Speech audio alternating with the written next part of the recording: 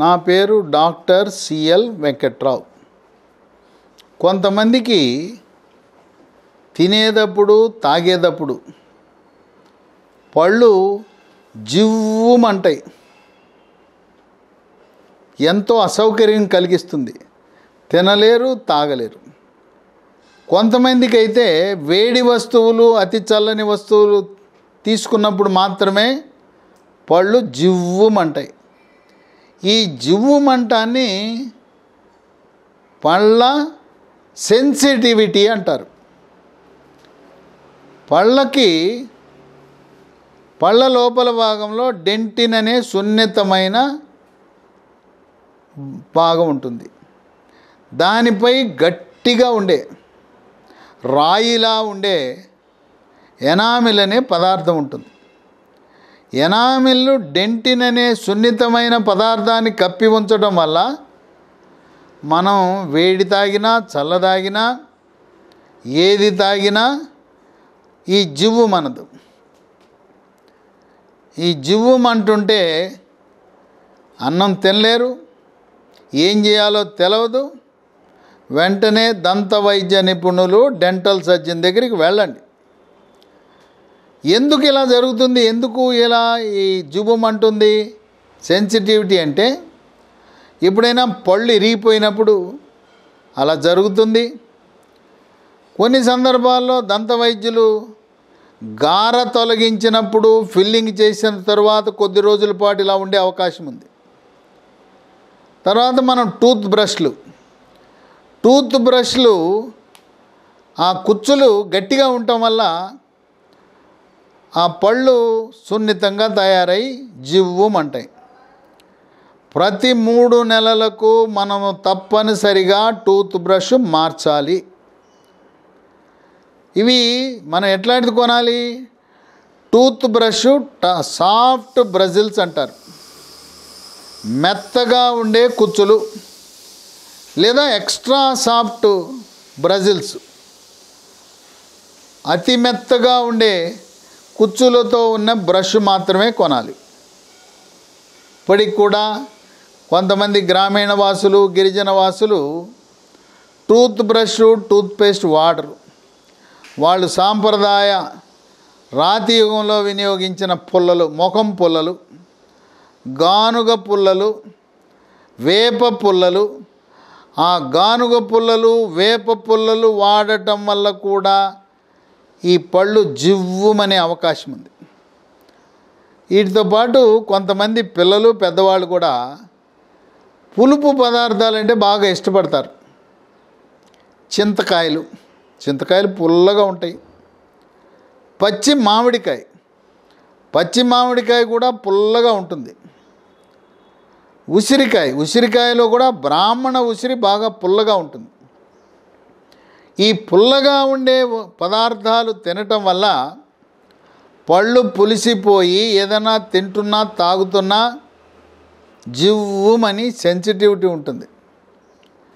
ఆహార పదార్థాలే కాకుండా అన్నవాహిక, జీర్ణాశయము కలయికలో జంక్షన్లో కండరాలతో కూడిన కవాటము సరిగా పనిచేయనప్పుడు జీర్ణాశయంలో ఉత్పత్తి అయిన హైడ్రోక్లోరిక్ ఆమ్లం అన్నవాహిక ద్వారా నోట్లోకి వచ్చి దాని ప్రభావము, హైడ్రోక్లోరిక్ ఆమ్లం యొక్క ప్రభావం వల్ల కూడా పైన ఉండే ఎనామిల్ కరిగిపోయి డెంటిన్ అనే పదార్థము బయటపడటం వల్ల ఈ పళ్ళు జివ్వుమనే అవకాశం ఉంది. కనుక మనము పుల్లగా ఉండే వస్తువులు పిల్లలు కానీ పెద్దవాళ్ళు కానీ తినటం మంచిది కాదు. పులుపు అనగానే దానికి దూరంగా ఉండండి. ఇది వచ్చినప్పుడు కొన్ని చిట్కా వైద్యాలు ఉన్నాయి. గృహ వైద్యాలు చక్కటి ఉపశమనాన్ని కలిగిస్తాయి. ఆయిల్ పుల్లింగ్ అని మనకు తెలుసు. నోట్లో నూనె పోసుకుని పుక్కిలించటం. దీనికి నువ్వుల నూనె తీసుకుని నోట్లో పుక్కిలించడం ద్వారా చక్కటి ఉపశమనం లభిస్తుంది. యాలుకలు, లవంగాలు, దాచిన చెక్క మన ఇళ్లలో అందరి దగ్గర ఉంటాయి. ఈ లవంగం కానీ తినటం, లేదు లవంగం నూనె, ఈ లవంగం నూనె, లవంగం వల్ల ఈ పళ్ళ నొప్పి తగ్గే గుణం ఉంది. వీటితో పాటు జామ ఆకులు, జామ ఆకులు కూడా పళ్ళ యొక్క సున్నితత్వాన్ని తగ్గిస్తాయి. జామ ఆకులతో రసం తయారు చేయటం కానీ, జామ ఆకులను పిప్పి చేసి ఈ పళ్ళపై ఎక్కడైతే సున్నితత్వం ఉందో, జివ్వుమంటున్నాయో అక్కడ పెట్టడం. అయితే అన్ని పళ్ళు జివ్వు మనకపోవచ్చు, ఒకటో రెండో మూడో ఉండొచ్చు, లేదు పై పళ్ళు కింద పళ్ళు మొత్తం 32 పళ్ళు కూడా జివ్వుమనే అవకాశం అయితే ఉంది. ఈ గృహ వైద్యాలతో పాటు ఉప్పు నీళ్లతో పుక్కిలించడం వల్ల కూడా చక్కటి ఉపశమనం లభిస్తుంది. ఈ గృహ వైద్యాలు పనిచేయనప్పుడు మనం వాడే టూత్పేస్ట్ మార్చాల్సిన అవసరం ఉంది. చాలా బాగా పనిచేస్తుంది.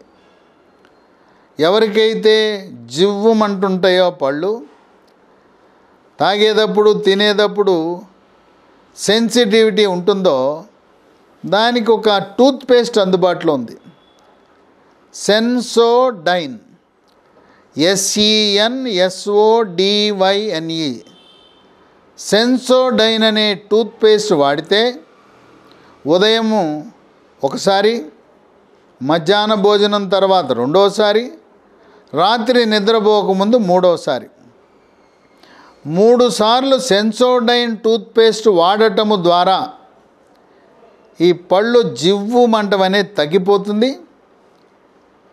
ఈ సమస్య నాకు వచ్చినప్పుడు కూడా నేను కూడా సెన్సోడైన్ వాడటము ద్వారా ఎంతో ఉపశమనాన్ని పొందాను. నా అనుభవరీత్యా ఎవరికైతే ఇటువంటి సెన్సిటివిటీ ఉందో మీరు వాడుతున్న టూత్పేస్ట్ని మార్చి సెన్సోడైన్ని కొనసాగించవచ్చు. సెన్సోడైన్ మీకు ఈ సున్నితత్వాన్ని పోగొట్టడానికి, జివ్వుమంటం తగ్గించడానికి ఒక శ్రీరామ రక్షగా భావించండి.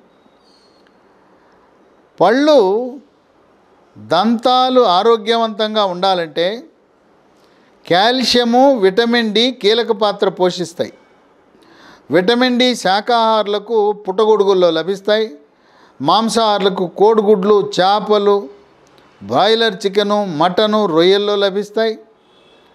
కాల్షియం అనేది మనకు పాలల్లో లభిస్తుంది, రాగి జావా, రాగి ముద్ద, రాగుల్లో లభిస్తుంది, జొన్నల్లో లభిస్తుంది. నువ్వులు, వాటిలో కూడా సమృద్ధిగా కాల్షియం ఉంటుంది. ఆకుకూరలు, తోటకూర, పాలకూర, గోంగూర, బచ్చల కూర ఒకటేంటి, అన్ని ఆకుకూరలో కూడా కాల్షియం చాలా ఎక్కువ ఉంటుంది. పాల ఉత్పత్తులైన పెరుగు, జున్ను, పన్నీరు వాటిలో కూడా కాల్షియం అధికంగా ఉంటుంది.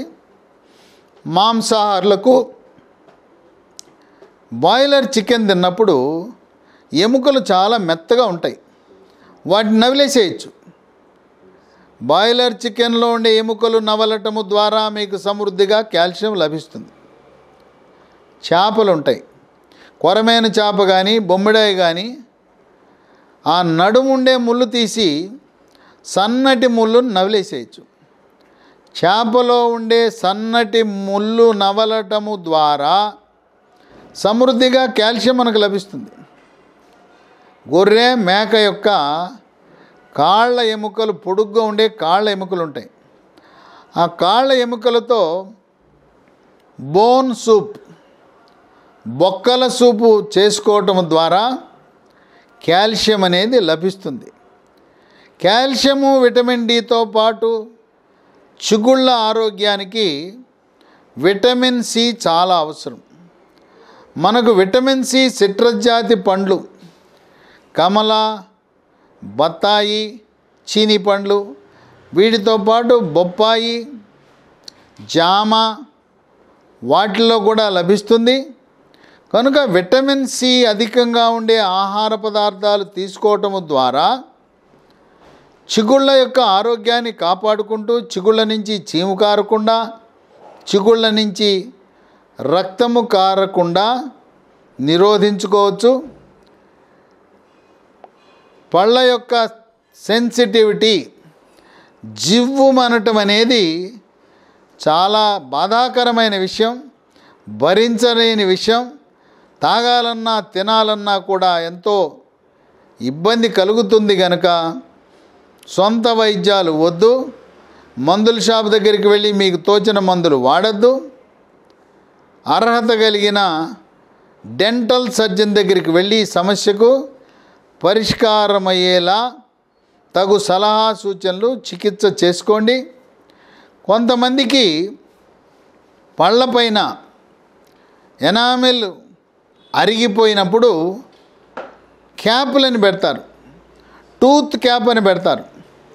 కొంతమందికి జివ్వుమనడానికి గల కారణం పళ్ళు లోపల పుచ్చిపోయినప్పుడు రూట్ కెనాల్ ట్రీట్మెంట్ చేస్తారు. కనుక క్యాపుల ప్రక్రియ ద్వారా, రూట్ కెనాల్ చికిత్సల ద్వారా ఈ పళ్ళు జివ్వుమన్నప్పుడు, ఒకటి కానీ రెండు కానీ జివ్వుమన్నప్పుడు ఆ సమస్యను అధిగమించడానికి డెంటల్ సర్జన్ని తప్పకుండా సంప్రదించండి.